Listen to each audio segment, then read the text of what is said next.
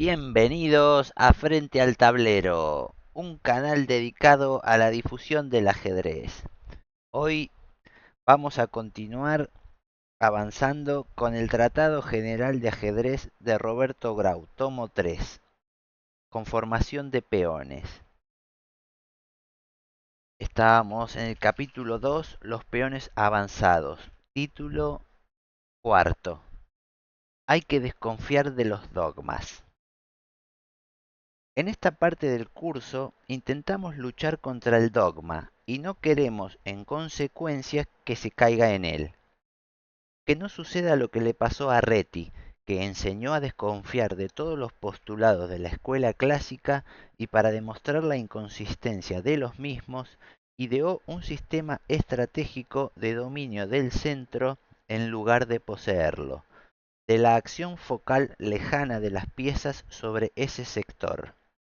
En lugar de la ocupación inmediata de cuadros centrales con los peones, y de esta suerte creó una maniobra estratégica más dogmática que las que intentaba combatir.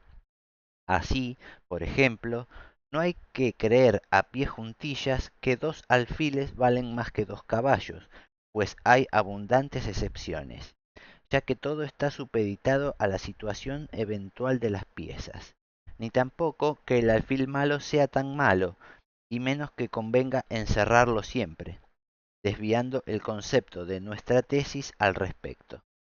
Tampoco debe, pues, exagerarse la propensión a avanzar los peones a quinta, ya que para ganar es necesario arriesgarse muy a menudo, y el avance de peón a quinta ha dado motivo a miles de partidas ganadas por ataque. Lo que queremos significar es que no debe exagerarse la tendencia a efectuar ese avance, del que debe desconfiarse siempre, porque encierra debilidades estratégicas, como la encierra en la guerra toda maniobra que tiende a extender el frente de combate, y que es necesario reflexionar antes de adoptar resoluciones tan serias. En ajedrez, un peón avanzado no puede retroceder y crea problemas por esta causa a toda la partida, y esto suele ser olvidado con excesiva frecuencia por jugadores de primera fuerza, que confían habitualmente demasiado en sus recursos mentales para resolver situaciones difíciles y olvidan que las posiciones inferiores necesitan, para ser defendidas, de la conjugación de dos factores: el esfuerzo propio y la distracción o debilidad del rival, y nunca hay que menospreciar la capacidad de los adversarios. Quedamos, pues, en que el peón en quinta, especialmente si está sostenido por piezas, es una preocupación y puede ser minado cómodamente salvo que haya un ataque directo que lo justifique. De lo que se desprende que criticamos en los avances de peón a quinta desde un punto de vista estrictamente posicional, en aquellas partidas de maniobras lentas e indirectas. La maestría de Nimzowitsch.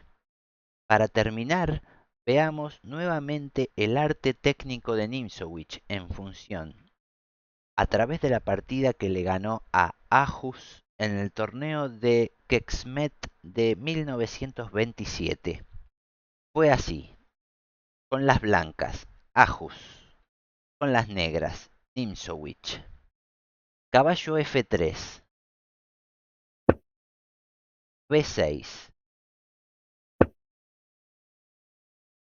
El fianchetto en primera jugada como defensa solo es aceptable contra caballo F3 y es un resabio de la influencia de Reti en el ajedrez, maestro a quien Nimzowitsch superó en sus conceptos atrevidos sobre la técnica de los planteos.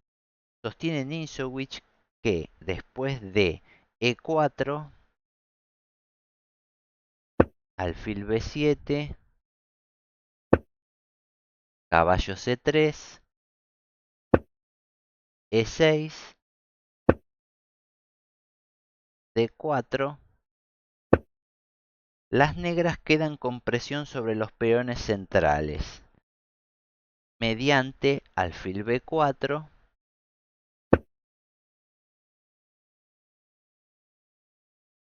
vemos que queda clavado el caballo, con lo cual el peón de E4 queda vulnerable a la amenaza del alfil.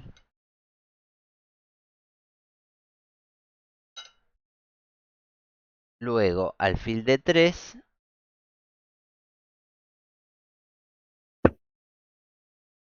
D6.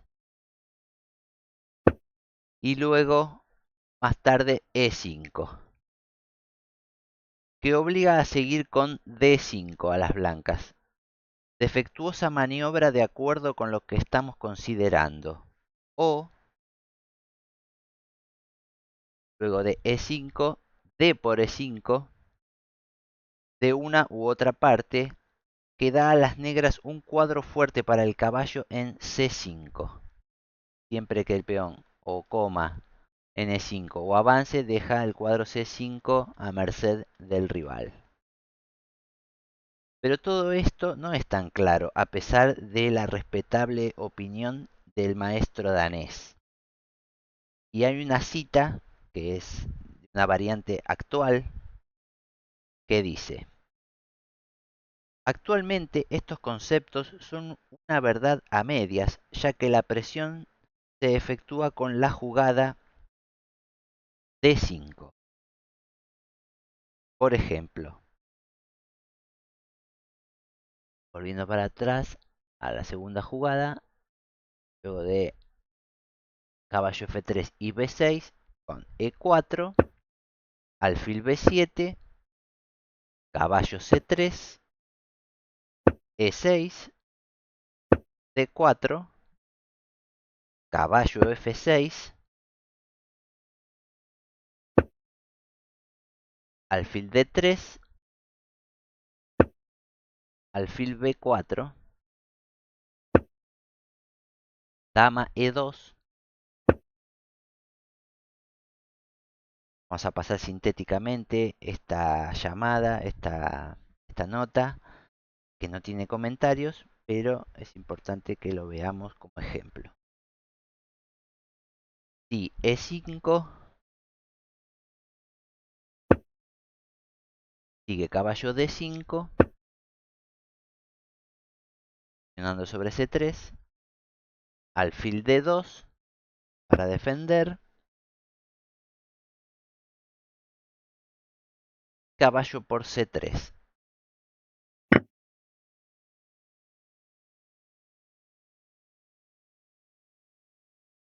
Lo que hace que el peón B tenga que retomar en C3 y quebrando la estructura de peones, generándonos un peón doblado.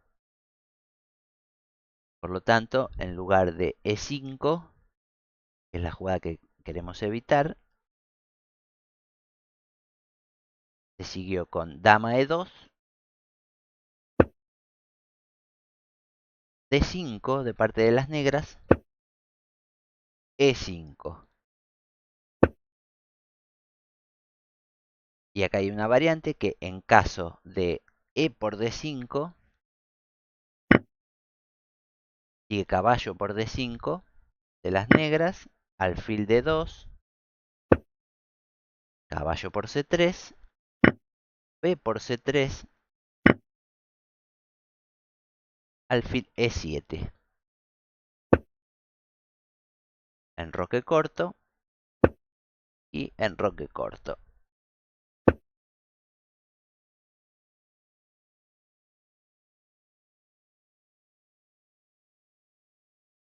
Eso en el caso de E por D5. Bien. Y en caso de E5, continúa con caballo E4 o caballo FD7 con idea de A6 y C5.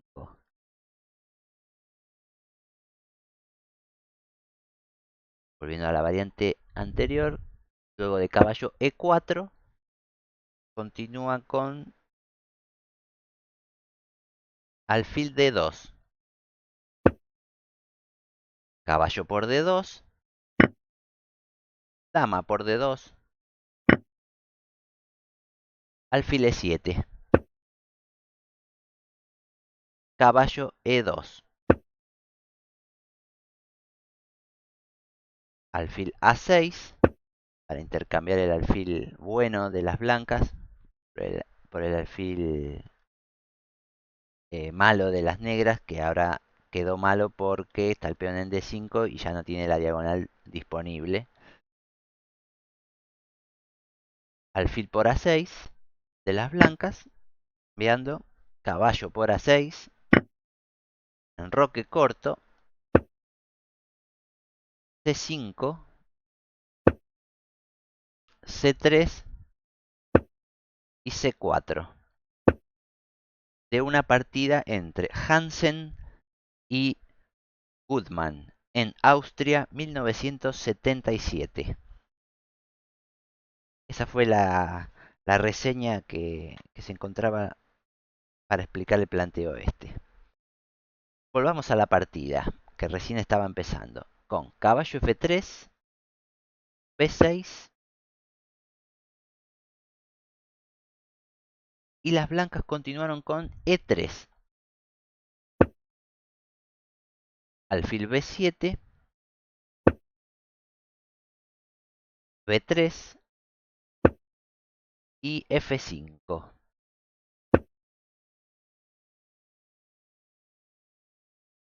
Las blancas siguen con alfil B2, desarrollando el alfil por el fianchetto, tomando la gran diagonal, presionando en el centro. E6 de las negras. Y se ha llegado a una maniobra negra similar a la de la defensa holandesa, cómoda para el segundo jugador.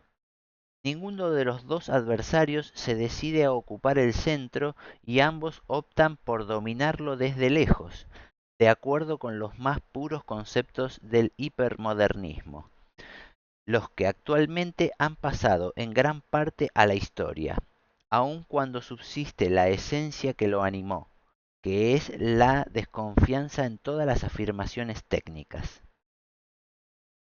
Las blancas continúan con caballo E5, caballo F6, F4,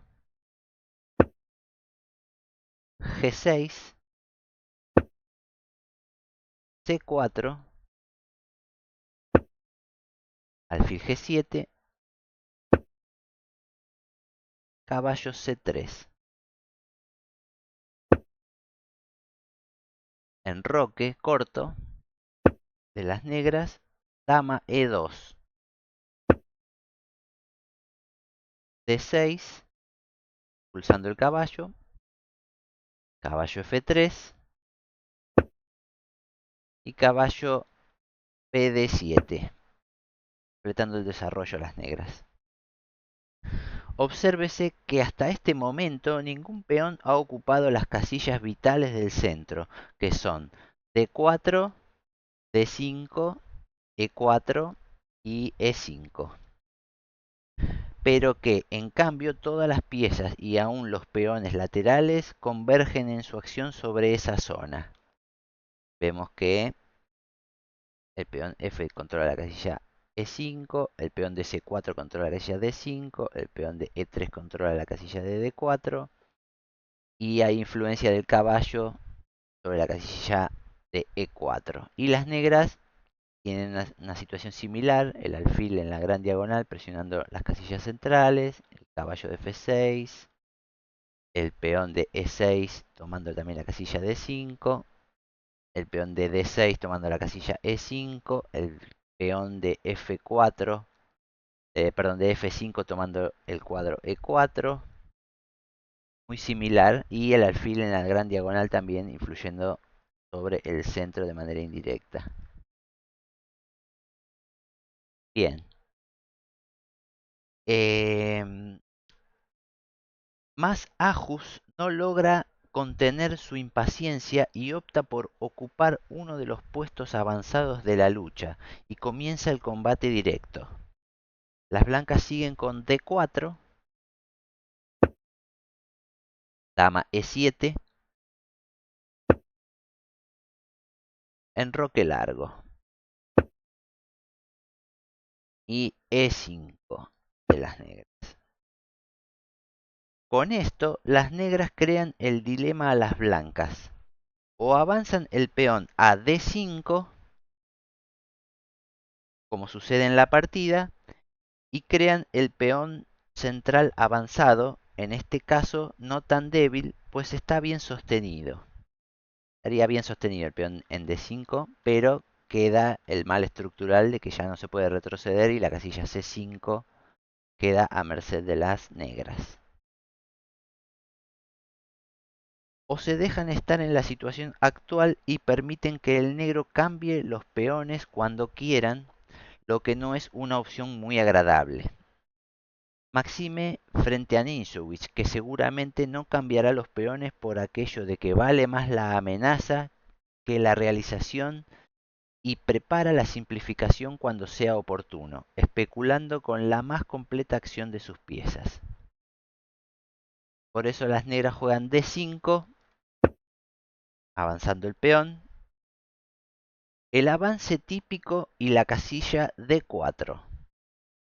Y se ha producido la posición que nos interesa. Un peón en quinta y esta vez sólidamente apoyado, pero con el defecto de la casilla lateral fuerte para el negro, de AC5, aumentando en la presente ocasión por estar enrocado largo el blanco, lo que le impide realizar maniobras de desalojo al caballo sin serios riesgos. Cuando el caballo se sitúe en C5, expulsarlo va a implicar jugar B4, con lo cual nuestro rey va a estar más indefenso. Las negras continúan con A5, prepara la entrada del caballo, dama D2 de las blancas, caballo H5. Excelente jugada. Ninjowitz coloca dos signos de admiración a esta jugada cuando comenta la partida. Se trata de una jugada intermedia valiosa, pues si caballo C5, seguiría F por E5 y luego de E por, perdón, de D por E5 seguiría D6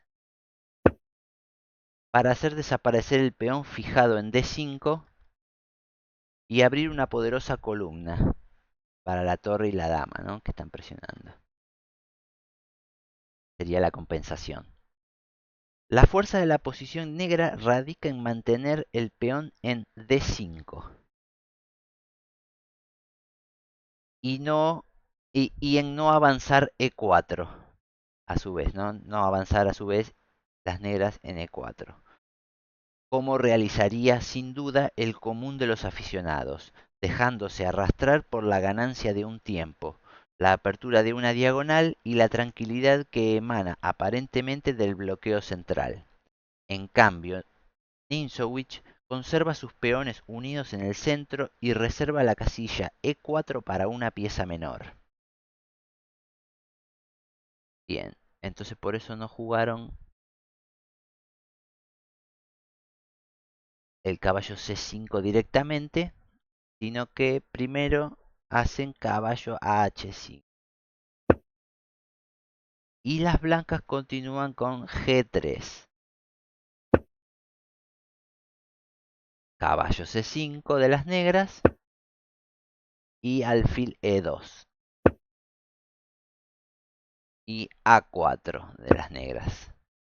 Buena jugada.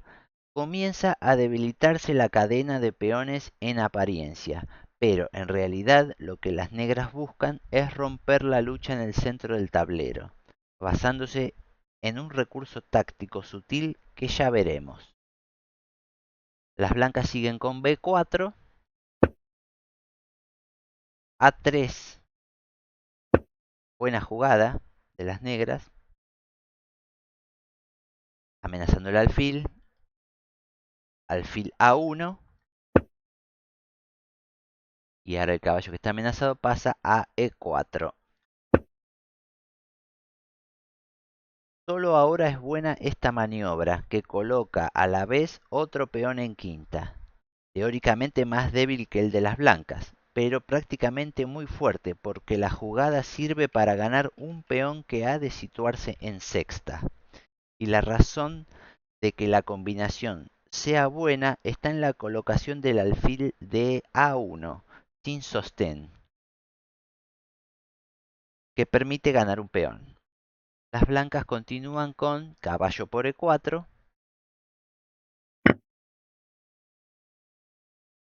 y hay una variante que dice si dama E1 sigue E por F4, E por F4, caballo por C3, alfil por C3, alfil por C3, dama por C3 y dama por E2. Y las blancas ganan una pieza. Una 2 contra con ventaja decisiva, etcétera. Por ese motivo no juegan dama E1 y si juegan caballo por E4.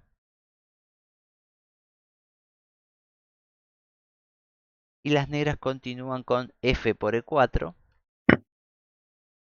caballo G5 y E por F4 de las negras. Alfil por G7, cambiando el alfil en la gran diagonal, dama por G7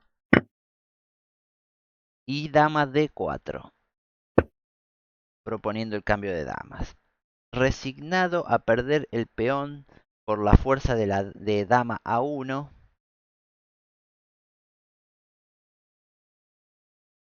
jaque. Todo esto ha nacido en realidad del avance del peón de D5,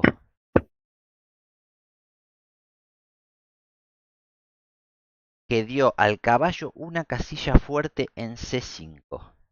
Abrió la gran diagonal A1 H8 a las negras y permitió la maniobra de A5 y A4 y A3, etapas intermedias del plan de explotación de la debilidad de D5. Como se observa, son muy importantes los derivados de un avance de este tipo, aun cuando no sea directo el ataque del rival sobre el peón en quinta. Las negras continúan con F3,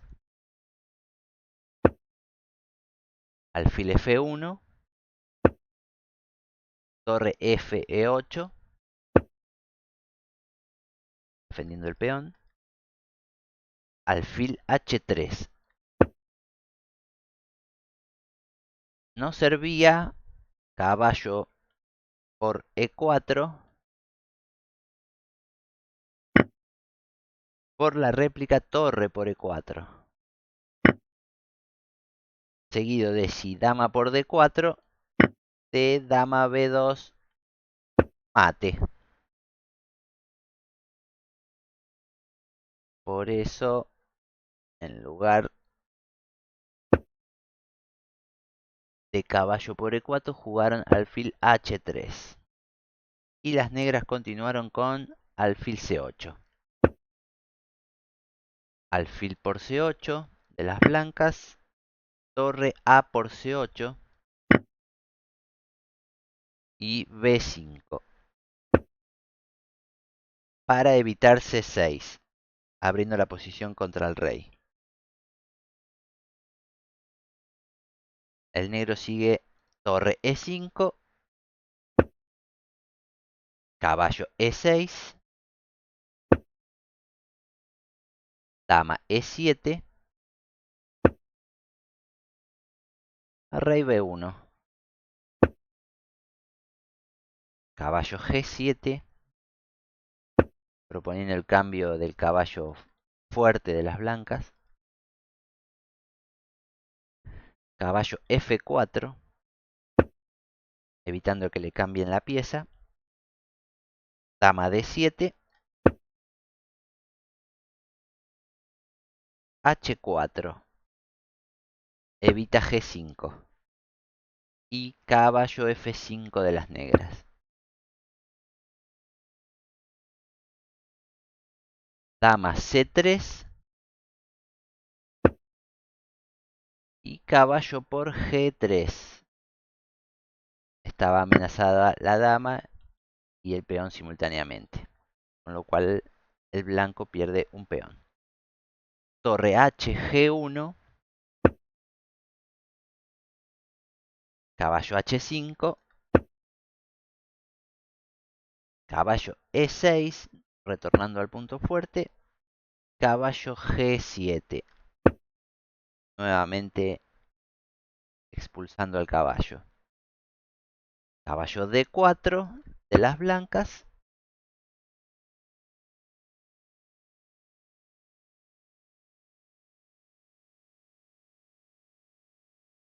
Y torre F8 de las negras.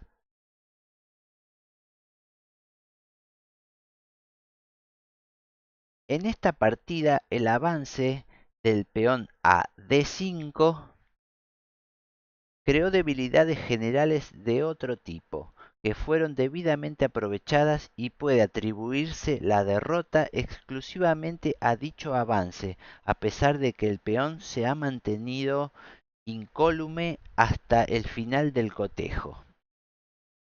Las blancas abandonan en esta posición. Bien. En este ejemplo lo importante fue la maniobra estratégica y eh, no tanto el desenlace, porque queda mucha partida todavía por delante, pero bueno, estamos en una situación en que el negro ya tiene ventaja decisiva por el peón pasado y por las casillas fuertes que tienen a disposición. O sea, pudieron disputar la casilla E6, que era la única esperanza de situar una pieza fuerte de las blancas, y no se dio. Por lo tanto, ahora las negras tienen una ventaja decisiva que no tiene compensación el blanco. Por ese motivo abandonan. Bien, vamos a continuar con otra partida. De ejemplo, cómo fue derrotado Beating.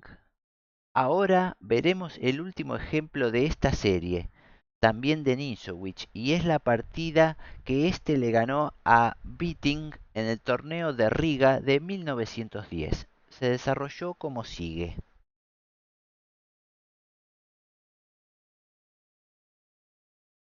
Vamos a limpiar el tablero. Ahí vamos a un tablerito nuevo con las blancas Beating, con las negras Ninzowitsch.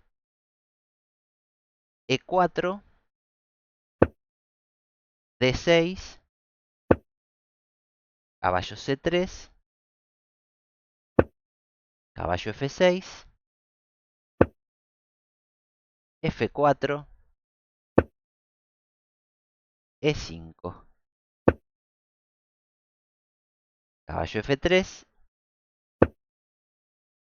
caballo BD7,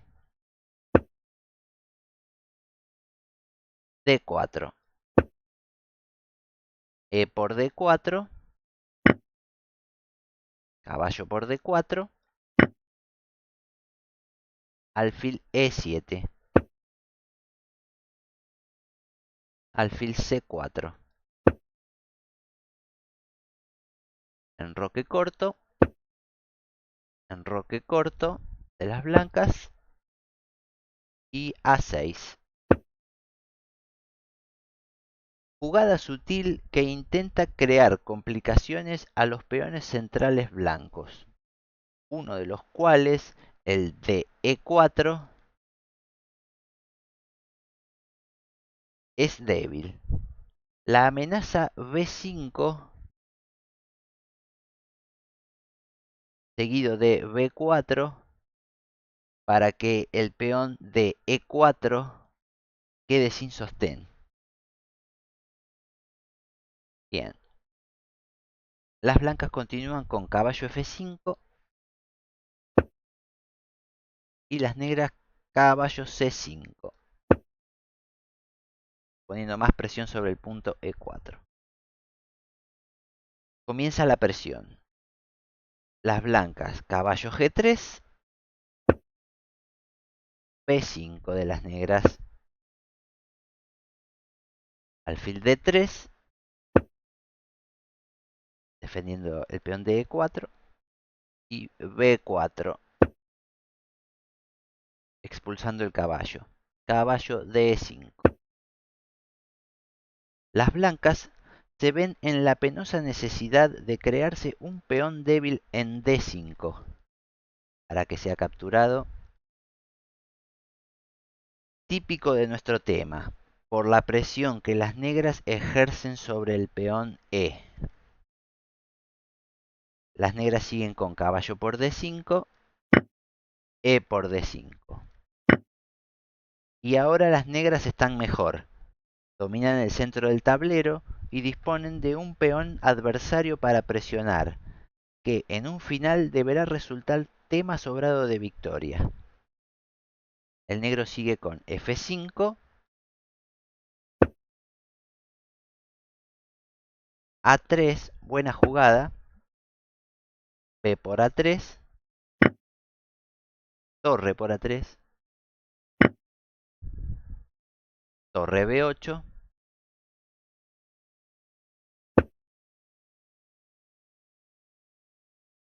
C3 y alfil H4. Las blancas siguen dama F3, alfil por G3, para eliminar una pieza que está presionando sobre el punto E4, que es el punto neurálgico de la posición. Dama por G3, torre E8, alfil C2, observando el alfil antes de que sea cambiado por el caballo. Dama F6 de las negras y B4, pulsando el caballo, caballo E4, dama D3 y dama F7 de las negras. Buena jugada. Las blancas no le han dado importancia al peón de D5 y no se han preocupado de consolidarlo. Evidentemente esto tenía sus desventajas, ya que para sostenerlo debieron jugar C4 y B3, creando una cadena de peones, pero obsérvese que la base de sostén de la misma, el peón de B3, estaría en una columna abierta, vulnerado por la torre y el caballo de C5. Si el peón estuviese acá en B3 y el otro acá en C4, de todas maneras estaría siendo vulnerado en una casilla, en una columna abierta.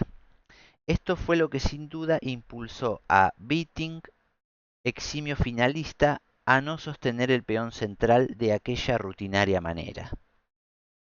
Las blancas siguieron con alfil E3 y caballo F6 de Nisowich. Buena jugada.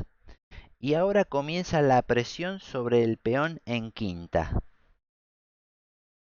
de D5, que no puede ser apoyado por el peón C, a causa de torre por B4. Bien, las blancas siguen con alfil B3, alfil B7 de las negras y torre D1. Las piezas sobrecargadas. Las blancas defienden el peón con todos sus efectivos, pero no pueden evitar que éste sucumba a causa de estar la dama blanca sobrecargada en el sostén del peón de D5 y el alfil de E3 a la vez, lo que motiva una simple combinación. No servía en este momento C4 por alfil C8, alfil D2, caballo E4, alfil E1 y dama F6, con dominio estratégico definitivo por parte de las negras. Entonces C4 no servía por esta maniobra, por eso jugó torre D1. A lo que el negro responde alfil por D5, alfil por D5, dama por D5, dama por D5, caballo por D5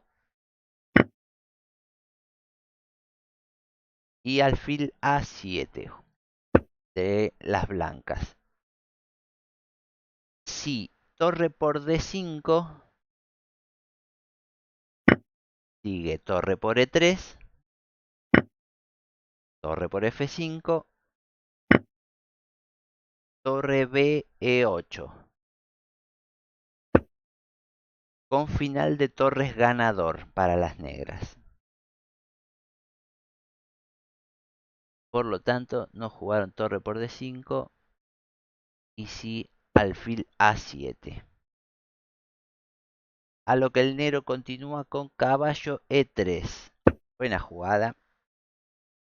Torre D3, poniendo presión sobre el caballo. Caballo G4. Torre D1. Torre A8.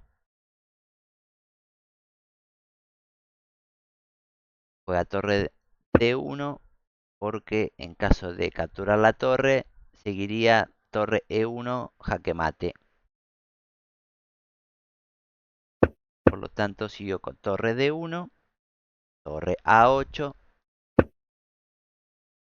y alfil D4.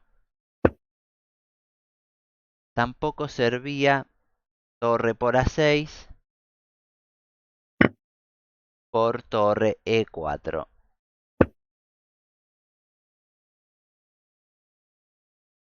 Amenazando el peón y teniendo este alfil de A7 clavado porque está la torre indefensa de A6 detrás. Entonces, luego de alfil D4, las negras continúan con torre E4, H3, caballo E3 y alfil por E3. Necesario, pues se amenazaba caballo C4 o caballo D5. Por eso cambian el alfil por el caballo, torre por E3, rey F2, torre E4, G3 y rey F7. El final no nos interesa para nuestro objeto, pues ya hemos visto cómo se combate contra un peón central avanzado prematuramente a D5. Pero como es instructivo, analizaremos las maniobras que hace Ninjowicz para aumentar su ventaja luego de entregar el peón de más, pues la posición es muy difícil de forzar de otra manera.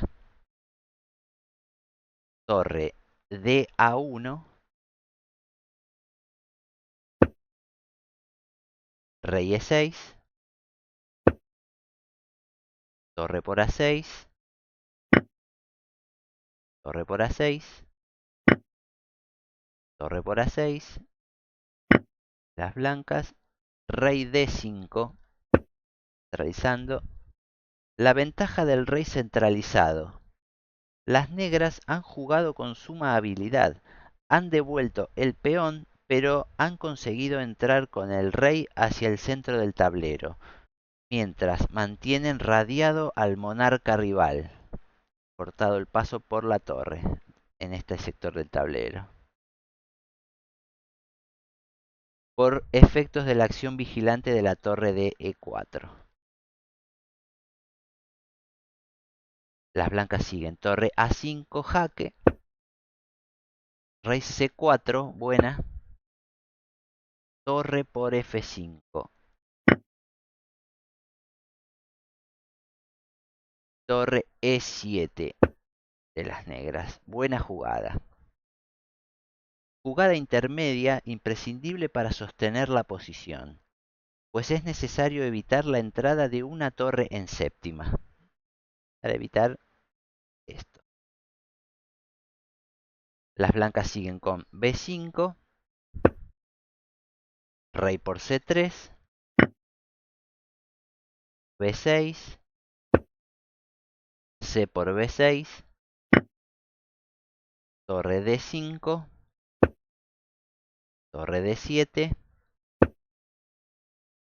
torre B5, torre B7, torre D5, B5, torre por D6, B4, rey E2, B3, torre C6, jaque, rey B2, F5, rey B1, G4, B2, G5, rey A2. Y las blancas abandonan. Conclusiones generales. Una vez más hemos visto los efectos de la colocación de un peón en quinta sostenido endeblemente, y como esto da tema de acción al rival, de todo lo que hemos pues analizado a lo largo del capítulo se desprende lo siguiente. Primero, el avance de un peón central a la quinta casilla solo debe hacerse confiadamente cuando está sostenido por una sólida cadena de peones o nada puede evitar que ésta se construya. Segundo, un peón en quinta significa una debilidad compensada o no por otros detalles estratégicos, cuando las casillas laterales del mismo pueden ser ocupadas por piezas rivales. Tercero, un peón en quinta con peón adversario delante, o sea, inmóvil, es una maniobra que debe ser muy meditada si para sostenerlo hace falta recurrir permanentemente a piezas de mayor valor. Cuarto, un peón que avanza a quinta sin propósitos inmediatos de ataque crea la obligación de adoptar una configuración determinada de peones y entraña el comienzo de una rigidez peligrosa en la configuración de los mismos. Debe ser, por lo tanto, muy bien estudiado, ya que hay muchas posiciones en que esa maniobra es necesaria. Quinto, el avance de un peón a quinta suele ser, en cambio, modificarse en las posiciones de ataque, pues sirve para desalojar piezas que defienden los enroques y abren brechas para que un alfil actúe. Sexto, en cambio, el avance es ya una aventura estratégica que abarca toda la partida. Si se trata de una posición de maniobras lentas en que hay que resignarse a una larga lucha de planes indirectos En esos casos, habitualmente el peón inmovilizado en quinta se convierte en el vértice de una acción tenaz del adversario. Séptimo, de ello se deduce que el aficionado no debe dejarse arrastrar nunca por el por el canto de sirena de la ganancia de un tiempo o la ventaja en espacio central, y para lograrla debe colocar un peón en quinta, que se aleje mucho de la protección de los demás peones, o que para sostenerlo cree la rígida obligación de avanzar en masa toda la línea de combate, por aquello de que a medida que avanzan los peones son más difíciles de sostener. Se vuelven peligrosos para el rival cuando nadie los contiene, pero en cambio suelen ser muy débiles cuando hay un peón delante que interrumpe su marcha y los esclaviza. Ese es el fundamento del tema que hemos considerado, una vez más la eterna cuestión del juego de peones que comenzó a preocupar al gran maestro francés Philidor hace 150 años. Hasta aquí hemos llegado por hoy. Si te gustó, déjanos un me gusta y no olvides suscribirte. Hasta la próxima.